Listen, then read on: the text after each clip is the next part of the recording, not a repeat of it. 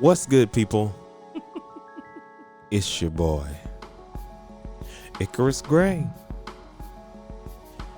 And this is Gray Area Anime. Back again with another breakdown. What kind of breakdown? Don't. A Re:Zero breakdown. Episode 6. 6. Don't do it. Episode 6. Oh my gosh. It gets good. I don't know.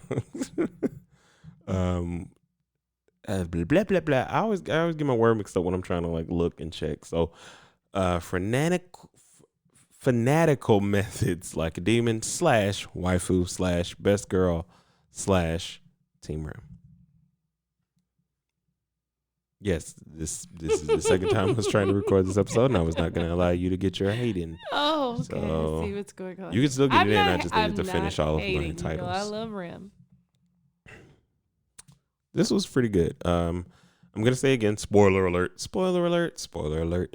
because we also read the light novel, and we are impatient people who have no intentions of waiting another 10 years for another season. So we read ahead, and during this second watching of Re:Zero, a lot of things have kind of opened up and changed for us. So we like to talk about those things because it shows the mastery of the show in and of itself. Now, we do still keep things a bit of a mystery because you can't get all of it without watching or reading or both. So this time we start with Subaru waking up. Last episode we explained to you that he was getting chomped on, though my executive producer, I think she like cut me off and was making some point about something. What? You did the thing where you're like, and then this happened, and I was like, no, that's not what happened. You're like, but. I don't think that happened. It happens all. I'll have to. You can check the tape. It happens. Run that tape back. I don't know. I don't know what you're talking about. But anyway, so this episode, like you would have assumed that this would have been the time for him to die again. He does not. No, ironically, I totally thought he was dead. There's a lot of points in the series where you realize that, oh, he's made it to a new point, and they don't always give them to you readily. Like, he suffers a lot in this world. I think that's something that has been made blatantly apparent, is because most isekais, you are given some form of anything. So to the left, you would have Re:Zero.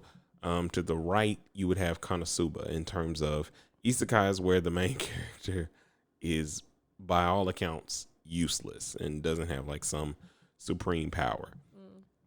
Now Subaru does have a lot more power than the characters of Konosuba, but it's more realistic in the sense that it's more his honesty and the things that he believes in and believing in people and connecting people.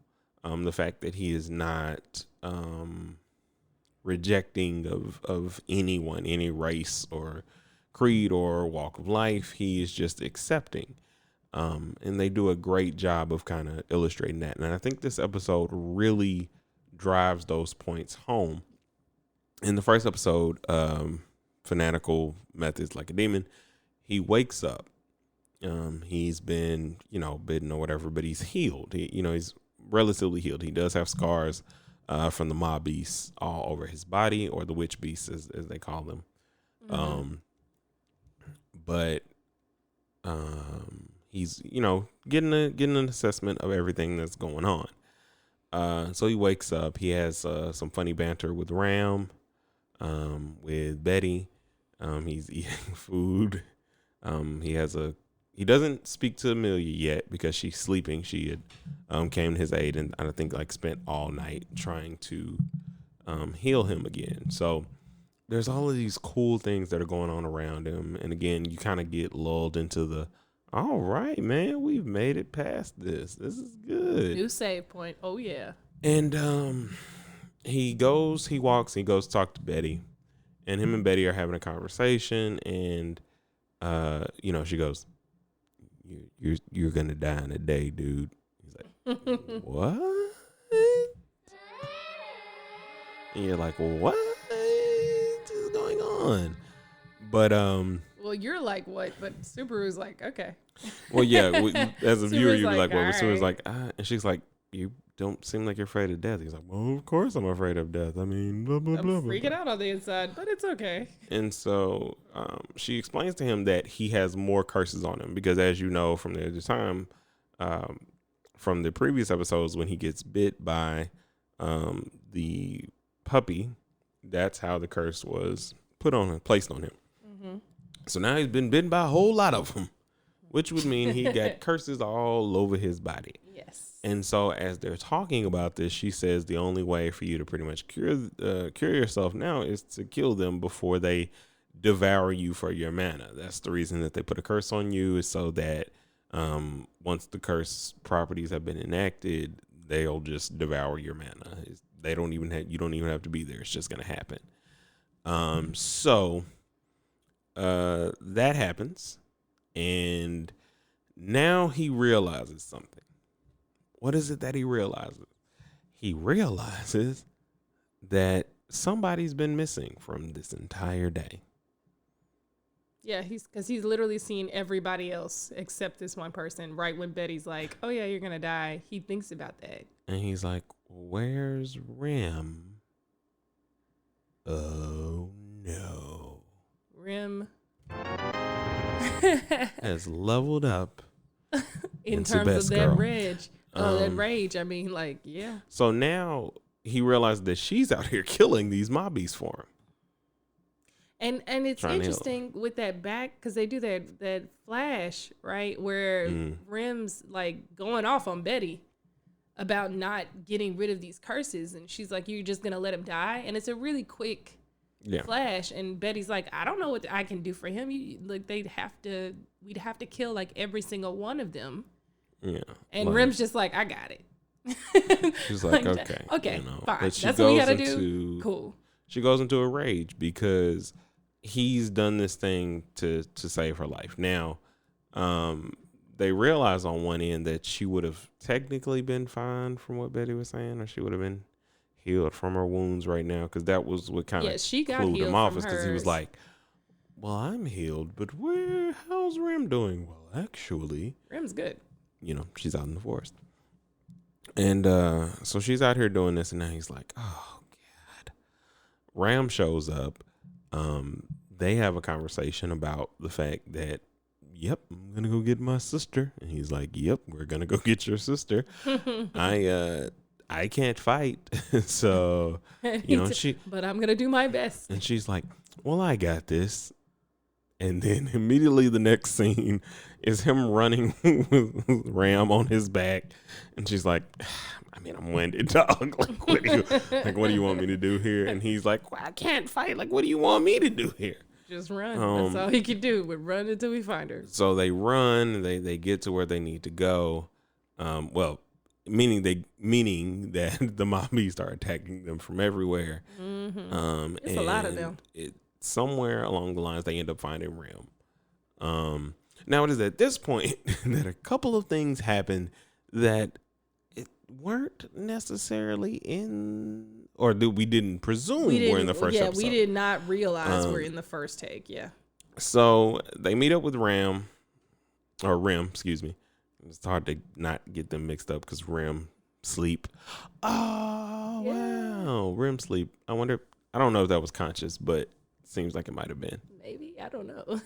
Rim and Ram. Anyway, that's for the light novel readers. So with that, they come across her, and he's being attacked. He's got all these people that are kind of coming at him, or all the mobbies that are coming at him, and they're trying to figure out a plan, because now the puppy has turned into. Well, no, he doesn't turn into that yet. He doesn't turn into the Are you big talking about puppet. after they meet back up with her and he's like asking her like, what the heck are you doing this for? Yeah. And so he's like, your life is important too. They're talking.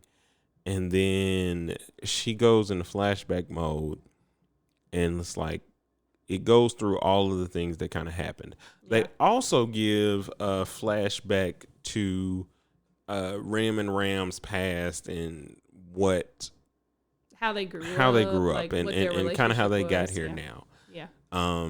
And what that was is they lived in an ogre village or a demon village, and they were born as twins. And in their culture, being born as twins is akin to, being born deaf, blind, and mute back in the day. Or way, way, way back. Biblical day is what I mean. Not, well, I don't know how old they went. Helen Kellerish. Okay. That was more modern. But anyway, the point I'm trying to make is that if you're born as twins in this demon community, your horns are split, whereas most people are born with two horns. And that's supposed to be like a source of their power, so that you're presumed to be much weaker. So as they're born, they're about to like, well, we got to kill one of them because that's tradition. Yeah.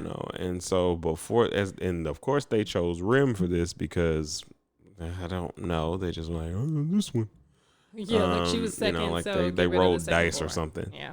And so as they're about to do that, Ram looks over, baby Ram looks over, and she's like, nah, fam. No, because what happened was baby Rim starts crying. Yeah, but I mean, like, she's like, baby nah. Ram ain't having it. She said, nah, fam. So as she does that, like, they can see that her mana control, like, they're like, hold up. What's going on right now? She totally blows that man backwards. She just starts crying, and it's like the water starts going up and stuff. Ram. She like blew that man backwards. He fell on his butt. Well, because he was, just a little taken aback. But I don't. Anyway, fast forward. It's neither here nor there. We're getting. Thank you for adding that lovely detail. That's going to be my new response. Thanks. You're welcome. But they blah blah blah. As I get caught up in the air. Shoo. Now they fast forward just a little bit, so they're a little younger, and they realize that Ram is a prodigy, a magic prodigy. Like with one horn, she's still stronger than pretty much everyone. Yeah. Rim has a bit of because of the way people talk to them, she does have a bit of an inferiority complex. Just a little bit of it's more low self-esteem than anything. I don't think it's because she's not internalizing it quite yet. She internalizes aspects of it, I think, initially, but it isn't until, Ram loses her horn that then it becomes that. Because, so I fast forward a little bit because they do kid stuff. You just kind of realize like, oh, Ram's really good at this. So Rim tries this, Rim tries that. She decides to, okay, I'm not going to be as good at magic as my sister, so I'll cook and clean and keep stuff together at the house. She goes to do that. She's attacked, or almost attacked, and Ram comes to save her. And then she's like, I'm just going to let my sister do these things. There's no point. She's going to outshine me, and I don't really know what to do with that. So she lets Ram, kind of do everything. So immediately after she has this revelation within herself, like, oh, cool.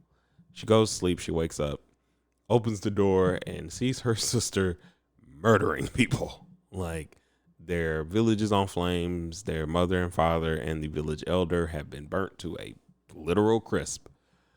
And she's like, whoa, what is going on? And it's at this point that she's like, any kid that's waking up seeing this stuff, no matter what you are, as long as you're kid, because, some mangas, some animes, kids ain't kids. You might want to watch out. They gonna knock your block off. Yeah. Ooh, sorry. Sorry, people that were watching. So they knock him out, or not knock. They don't knock anybody. I don't know what I'm talking about. Anyway, so Rim's standing there stunned, looking at her sister, and her sister turns like, "Hey, it's okay." As soon as she turns to say that, her horn is cut off, and it's like, oh no. And I don't remember. I think they just cut from there because I don't remember Rim. They do. It's really strange because somehow they don't actually end say up it being wraps in the up. witch's cult's arms, like a witch cultist's arms is holding Ram after she passes out from having her horn cut off. So yeah. So really they. Strange. I actually have a little insight on that, but I can't share it now because you're not there yet. But I can assume. I feel like I know. So they fast forward from there, and now they're having this conversation about, hey, what are you doing? Why would you do that? Blah blah blah. And he, says, hey, because you're worth it. Blah blah blah. So then she has one more little mini flashback to get to the stuff that we were talking about earlier, but we had to get to that flashback first because it's important. It's important for the episode. So they are having this quick little flashback, and she sees all these people like, hey, you're worth it. And then you see this girl, this blonde-haired girl with sharp pointed teeth, who you will not see again for the rest of the season. You'll see her season 2, most definitely, but you will not see her the rest of the season. Her name is Frederica. She's not important, but just know her name is Frederica. Look her up. She's not important right now. Oh, she's very important later, but everyone you meet that gets a name essentially is important. And even the ones that you don't, apparently. Oh, yes, you're right. Good point. So after she comes out of this flashback of people just giving her small encouragement, like, hey, be more kind to yourself kind of thing. Subaru devises a plan like, hey, you guys are both tired. They're going to follow me. I smell like the witch. You guys run off. And I love him and Ram's banter. It's always something that's cute and endearing. Like big brother, little sister. It just feels like that. Now, granted, she is more informed about him than anybody currently. Well, she and Roswell and maybe other people who have a gospel, but I think Roswell and Ram are the most informed about Subaru. So I think that's why they have those kind of conversations. So sends them to the left. He goes out. It's time to fight. And he sees that the puppy turns into a Gigantamax puppy. Obviously, the puppy is the alpha mob beast. Just so y'all know. Alpha mob beast. That's like what he is. But anyway, he Gigantamaxes himself, for those of you who are playing Pokemon Sword or Shield right now. And Subaru's like, okay. That's not what I expected. Sure, I thought I was just gonna kick a puppy, Because that puppy's been getting on his goddamn nerves. Some puppy's been getting on everybody's nerves. Not a good puppy. That puppy gotta go. That's a bad puppy. Yes. So he's standing in front of this beast, and it's time to showdown. So he's like, he has a sword that he was given by the village people. It was the strongest sword. It was the strongest sword. And it broke. And instantly broke. But it broke before he ever even got to the mob. Like, right. He swung at one of them and it like snaps. He's like, the great. Oh, no. Him and Ram were falling on the cliff. And he like sticks it in the wall. He's like, no. That's the strongest sword. Yeah. And so he like stabs it into the mob beast's neck, and it doesn't do much of anything. And he's like, except make it mad. Except make it mad. Then he uses his shmack. Yes.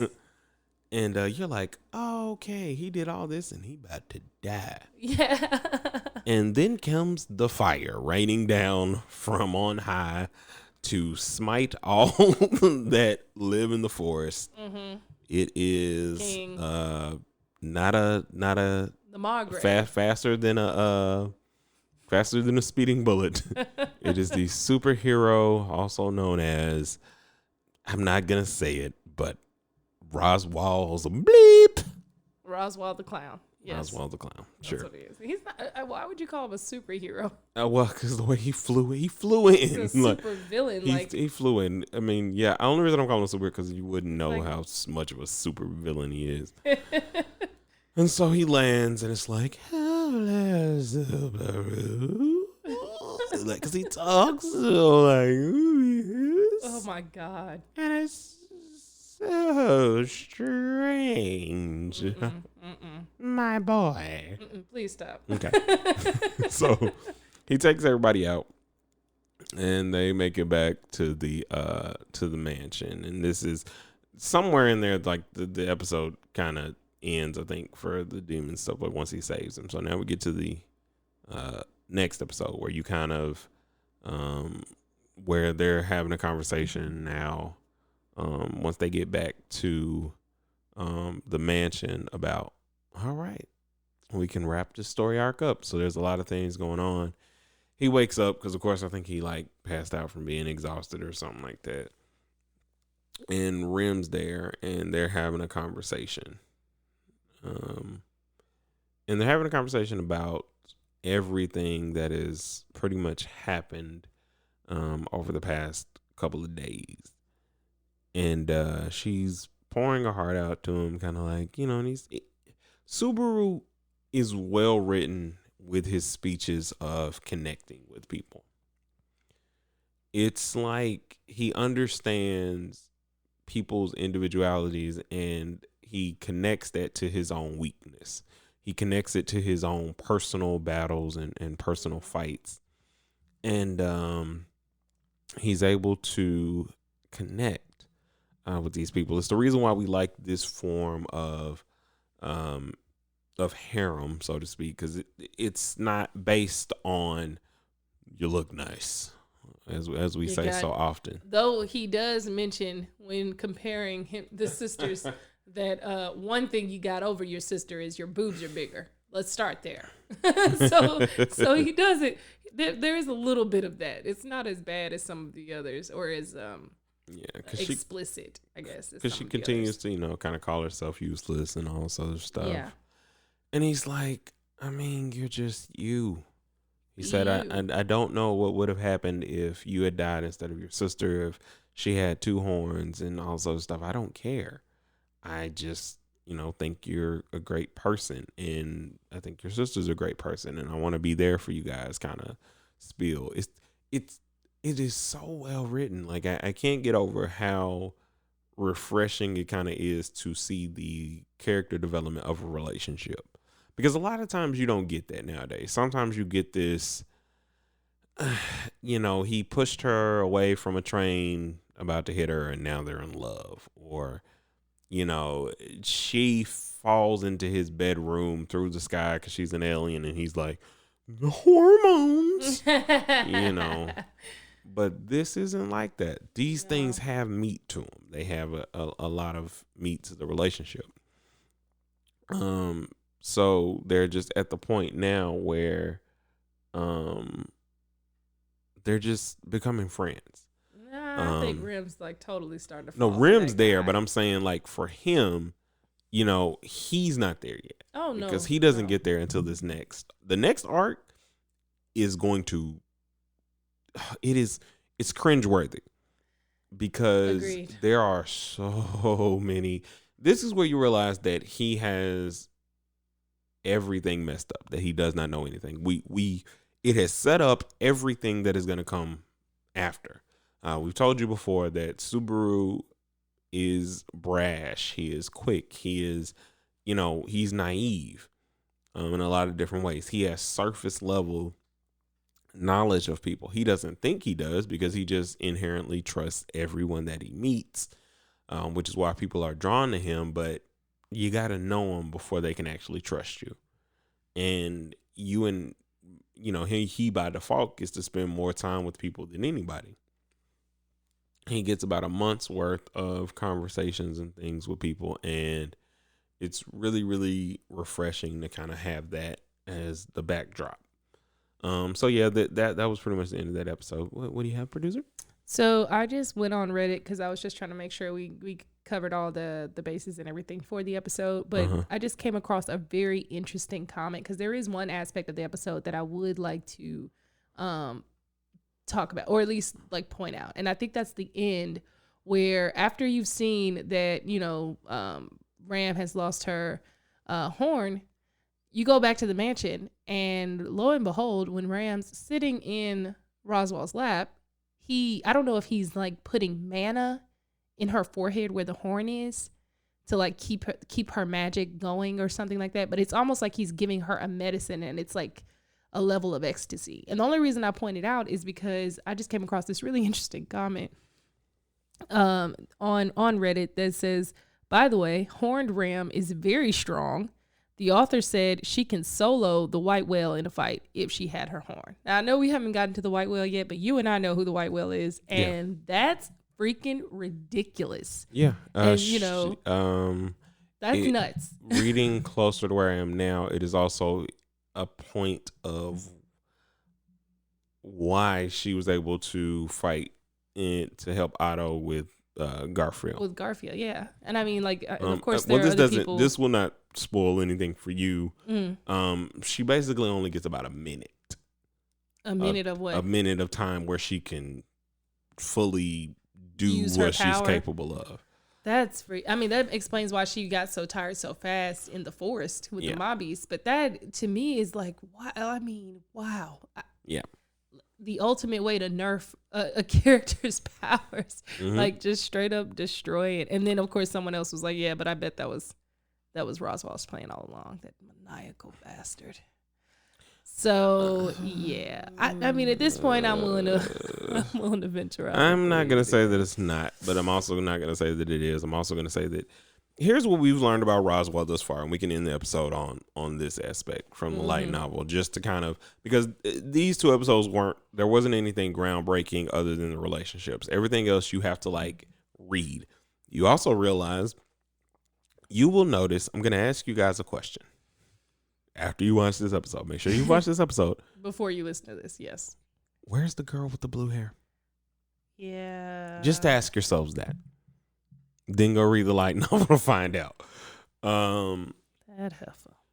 But yeah, so like there's so many things that they do well in this. So now we're gonna go into blah blah blah. What was I gonna say? I lost my whole train of thought. I was gonna finish the episode on something light novelish, and you weren't even listening to the words. I was listening to the words you're saying. Listen. I just don't know where you were going. Listen. What was the last thing I said? Oh, now that's what I was saying. You want too much for me there. That's what I was asking. I was listening. We were talking about Roswell and his ability to plan, and I think we were about to go into that. That's where we're going. So what I was going to go into is Roswell is very intent. He does not believe that people can change. Which is the strangest thing to me. But again, he's not around for a lot of these things that are happening. And the guy's been alive for like 600 years, I think. He is not. So, he hasn't? He is not. He's been alive longer than You'll keep reading and you'll find out that he is not. Wow, this is blowing my mind.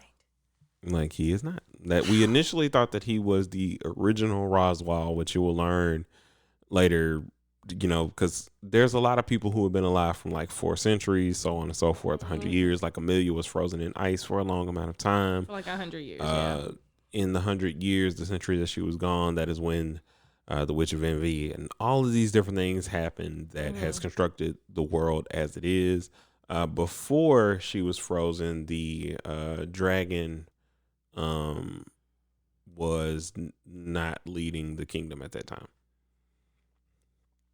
Because as we discussed, they said that, you know, he was initially running the kingdom, and then the knight, the dragon, and whoever, you know, seals the Witch of Envy, and then he subsequently goes to watch the seal. Yes. He goes to stay on top of the seal. Yeah. She was not there when she was younger, so I'm saying all of this happened during that. That time period. I'm with you. So a lot of things end up happening during that time period. It is very well executed. It is very intricate for you to go ahead and read the light novel to kind of get a little bit more on how big this world is. Because the anime can't do it justice in that way. It stays true to the writings, and the only thing they change is like conversations you really didn't need. Conversations you may have needed, you know, this part or that part, but it doesn't change a whole lot in the grand scheme of things. But anyway, that's our breakdown of ReZero episode 6. We hope that you guys enjoyed it. Make sure that you're watching. Go and follow us on your social medias at Icarus _ Gray. At Prima Diva Red on Instagram and at Prima Diva on Twitter. At Icarus Gray on Twitter. I don't know why I'm saying it like I'm British or something. But all one word on Twitter because I could actually get my name on Twitter. Yeah. So hit us up there. If you have any questions, please hit us up. We'll be able to answer anime questions or all those things. It's fun interacting with you all. We'll eventually come up with some name, or you'll come up with some name for yourselves. And we'll just continue building this community. I appreciate you guys for coming and listening to us do an episode. We'll be back next week. Peace.